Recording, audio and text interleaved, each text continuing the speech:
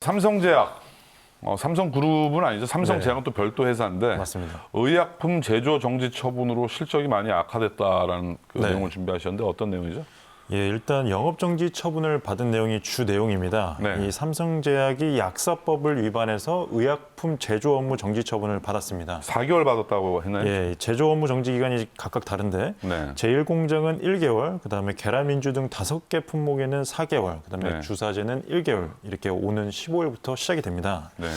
이는 지난 7월에 식약처로부터 의약품의 불법 제조 행위를 적발된 데에 따른 것인데요. 식약처는 삼성제약이 6개 품목의 의약품을 제조하는 과정에서 변경 허가를 받지 않은 채 첨가제를 임의적으로 사용했다라고 하고 제조 기록서를 거짓으로 적었기 때문에 판매 중지 그리고 회수, 폐기 명령을 내린 바 있습니다. 자, 그렇다면 어떤 내용으로 왜 정지가 된 거죠?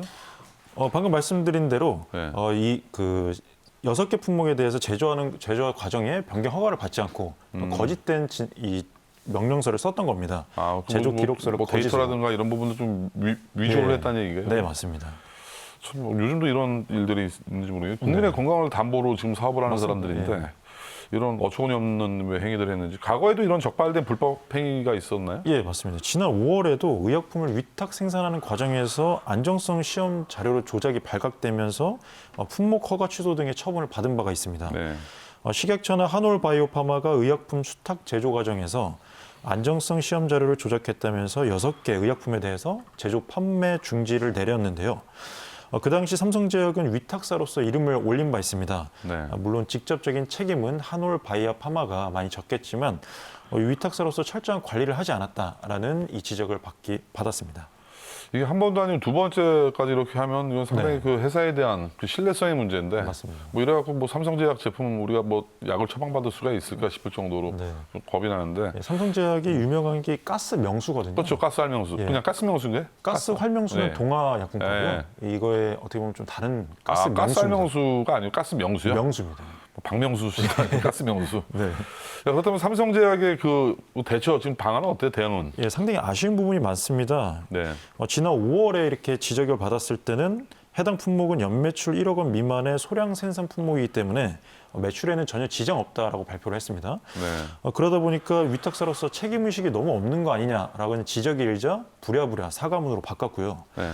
이번에 불법 제조 혐의 대해서도 식약처로부터 공식적으로 뭐 통보를 받거나 공문을 수령받지 않았다라고 처음에 밝혔지만 몇 시간 뒤에 이를 다시 인정하는 공시를 발표했습니다.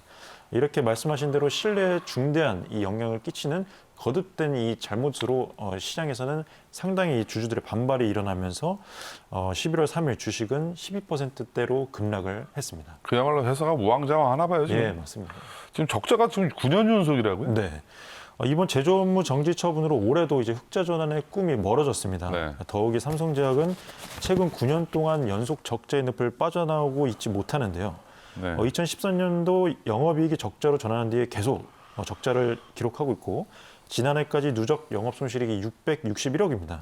올해 역시 상반기까지도 52억 원의 누적 영업손실을 기록 중인데 이로 인해서 우리가 그 앞으로 흑자 전환은 좀 더 힘들어질 것 같다라고 업계에서는 전망하고 있습니다. 참 삼성제약 주주들 마음고생이 많으실 것 같아요. 네, 맞습니다.